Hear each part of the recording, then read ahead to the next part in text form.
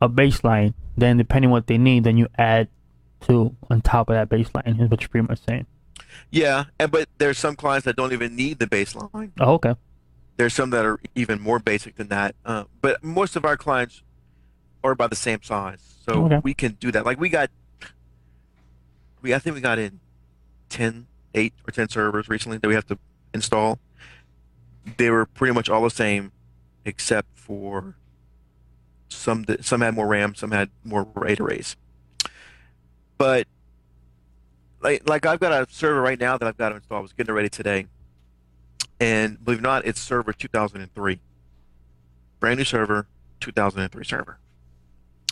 Now this is because the only reason that they have a server is to run a specific software package, Okay. and this vendor says we need a dedicated machine. We have to be installed on a server. If it wasn't for that, they would definitely not have a server because they don't really do much other than that. So now I'm torn with this company. They got an entry level server, basic server. I mean, the whole server was less than $2,000. Um, Single processor, 2 gigs of RAM. It's just running one package for 5 people. Okay. Now I'm actually torn with this one if I need to even make it a domain controller or not, because the software vendor is telling me we would prefer to use this software with terminal services. So you can have your people or the workstations just use a terminal server connection to run the software instead of loading the software on the client workstations. Were you aware of that requirement or that request before you put the server in? No. Okay. In fact, we had conversations with this company and they told us, we told them what we had. We said this server is dying, so we need to replace it. They just said, okay, just make sure it's got server 2003. It's got to be a 32-bit OS uh, and server '03, and that's all we need. Because right now the clients have the application loaded on their desktops. But when I called them to schedule the install, they said, okay, well, make sure terminal services is working. And of course, I said, why would that be working? They don't have that now. The applications are on the desktop. And he says, well, we've had a change in how we do things, and this is what we recommend now. So of course, there's licensing costs Yep. with terminal services. I can't just have them log in without licenses. It won't work. But if there's a terminal, if they're going to be connecting through terminal services, they have no files that they share. They don't host their own email. So I'm almost just gonna. I think maybe you can let me know what you think about this. I think it's going to be easier just to leave it a non-active directory and let them use terminal server to run the program. Oh, as a side note, there's probably 10 computers here. 6 or 7 of them are just computers that salespeople bring from their house and just use there to get online. So only 4 or 5 are even going to have to remote into the server to run the software. Yeah. I mean, I'll have to agree because why turn that page and cause all this other work down the road when all you want to do is just run the program from a terminal? Yeah, But I I mean, mean, but then again, I guess not the right way of doing it, but the best practice is just turn it into a domain controller. And I don't well, know. that's what I'm wondering because most of them aren't even joined to the domain. Hmm. And if we don't have a domain, I can tell you they have their budget is tight, very Gotcha. tight. So if they can just go buy a cheap computer off the shelf at a local store for $300, they don't have to worry about having uh 7 Pro or XP Pro on their computers. They can do whatever they want and just RDP into the server. That's true. I mean, is it advantage? I guess you can offer option A and option B, and they don't know Yeah, what the benefits are. So if they stick with the cheaper option, then they know what they're gonna deal with down the line. You know. yeah. I'm after this next week, so I'm debating on what to do, and I could talk to them, and I know what their answer is going to be. Their answer is going to be whatever's quicker, meaning cheaper. Oh. Because I don't necessarily. The only thing if I had Active Directory on it, the only thing I would do on it was create the user accounts, so that way I can manage the accounts locally. But this office, the salespeople in the front in the different building, Hmm. and these people are in one office. The server and these four workstations that use it are Mhm. all within 10 feet of each other in the same room. I don't know, So man. if I'm at the server, I can walk to the next computer in about 2 steps. Right. So I'm not really sure. I probably am not going to do Active Directory on that thing. But back to the question, if you're going to be putting in a server, it's really about what they're going to be doing. If they're running SQL on it, if they're running Exchange, Right. you want to bump it up more, uh, depending on what they're doing. I like to have an array for data, one array for Exchange, one system array, so they're all separate. So And let me ask you this: do you commonly buy the same kind of server with the same yes, hardware?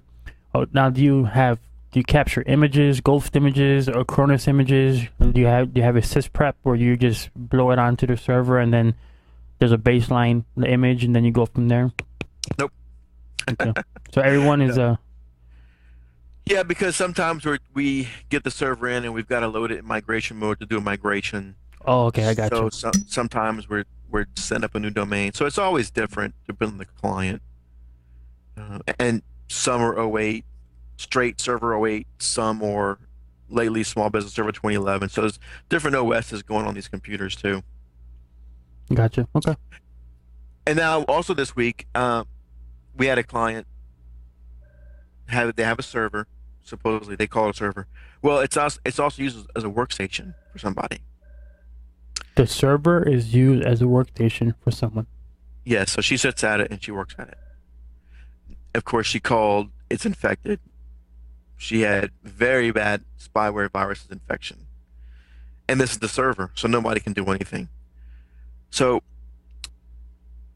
one thing I think, if you to call something a server, it needs to be a dedicated server. I don't like people working on servers. I mean, Nobody should be sitting at a server I and mean, this using thing had actual server operating system. She would log it. in and do everyday tasks. Yep, running server 2008. It's the domain controller. Now we didn't set this up. We took this over, Okay. and we've recommended to them many times. If you're going to be using this, we need to get you a computer.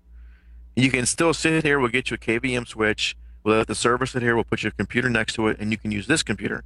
But they never saw a need. Now that they got infected, and we had the server at our office for 2 days, they may reconsider, but they may not. So don't let clients, if you know better, especially they have 10 or 12 users. They're the only reason they have a server is because they have to run this software, which is common, and they need a server. But it's supposed to be a dedicated server. It's not supposed to be somebody downloading coupon No. toolbars on their computer. No, I agree. And then on top of that, you are using RAM that's not freed up for the operating system. You are using a CPU on cycles. I mean, that server is called a server. It needs to serve the clients that it's connected to. So we'll see. And another thing with this other client, if I make an Active Directory server, I'm going to have people logging in to my domain controller. And I don't like users doing terminal services on a domain controller. Yeah. And for those that haven't worked in a networking environment before, there's one rule that almost you go to any job, you don't log into servers unless you have to, especially domain controllers. You just leave them alone. Because what's going to happen is they're going to shut it down. Mm-hmm. That's what's one thing. So they're going to do start, shut down, and it's going to be off, and then everybody's going to wonder what happened. Mm-hmm. Now, there's ways you can prevent that. You can give them rights to log on, but if it's not configured right, you won't know about it until you get calls saying they shut the computer down. I would tell you, a group policy is a beautiful thing. For those of you that don't know what group policy is, it's pretty much a set of rules that for your network that's highly customizable. In 2003, and then if you play with it with 2008, there's even more that you can do. But there's this one company I work for that I would tell them, I need you to leave your PCs on at night. With the push out applications or whatever the case may be, and they wouldn't do it. And I had Wake on LAN, but Wake on LAN is kind of funny where it kind of doesn't work all the time. So I said okay. So I made a group policy to disable a shutdown. and that quickly fixes the problem. Yeah. I use group policy mainly in these small businesses for the drive mappings Hmm. because I like to do the drive mappings in group policy. That way, when you create a user, you add them to the right groups, he's going to see the right drive letters. I agree. And we can go over on another show how to do that exactly because if it's not done right, of course, you're going to have users not seeing their drive letters. It used to be done with login scripts. That's server 2003 kind of mode. Yeah. But lately, you definitely want to do that in group policy. It's much easier. So they'll only see the drives they need to see. But so let's see the server that back to the question server, and I think we talked about specs before. I mainly if they're and this is a good example. So he says if they have 11 to 50 users, would you suggest server B? See, 11 to 50 users to me is completely different. Um, if they have 50 users, they're probably not going to have the same server as somebody who has 11 users. Yeah, and I definitely agree. That many people, especially, I think we spoke about this before, Matt. Like you stated, anything above 15, you're kind of stepping into a different world at that point. I can tell you, we have two jobs coming up where they started with 15 to 20 users. So they were on Small Business Server 2003. Well, now they've got 60 or 70 users, these companies. So they're going from one small business server to a three server solution plus a backup server. So going to like a plethora of servers. Right. And that's because for one server doing that many things, SQL databases, Exchange, file share, print share, Yeah.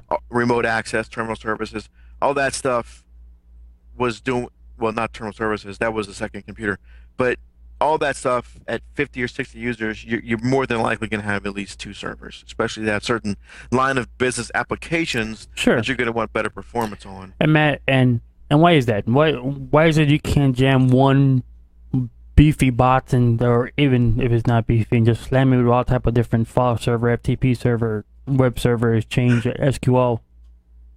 Well, you're going to kill it, number one. It's, you load too many packs on the camel's back, and it's not going to go very fast. Oh, no, I agree. And that's what this past weekend I started installing these servers at one of the clients. So we moved their main application to a new server over the weekend because it was just dragging, and that's because it was doing too much. Now they've been getting by for years with one server, so to tell them four servers to replace one server, it took a few meetings. We had to explain the reasoning and why they needed these, but once it's explained properly it to the decision makers, they everyone signed off on them. So Oh, sure, and especially for point of failure. Now, you won't see this in a small business environment. You'll see it in a larger network. So I'll just add my 2 cents here. But you don't have one bot to do too many things because you don't want a single point of failure. You know, especially when you have the one bot's doing so many things. If that thing goes down, you're kind of like the Titanic. You're sinking. yes, and it's also if you let's we had this is a client where it was locking up from time to time, and Okay. the event log showed nothing useful. Now they've got different license servers running on here for different programs. They've got SQL databases, Exchange, print services, mail services, they QuickBooks database server. They had so much stuff running on here, and the logs weren't. The system would just lock up. So when that locked up, everything was down. The whole company was down. No one could do anything. So a single point of failure, at least if we have these things spread out, even for troubleshooting, the server's only doing one or two things. It's easier to figure out what's going on Hmm. because sometimes the logs are useless. Yeah, I mean, I got to a point where you actually look at them and you kind of can filter not through the junk but through the fluff that this service has started. Yeah, great. I don't need to see that. Yeah, and with this server, there was so many programs running. All of these things were logging things. Hmm. So it's hard to tell. Okay, we're locked up at this time, but I have these 30 things right before that it could be, and then Yeah. so now, yeah, if they want to do an update on their main server, on their main line of business application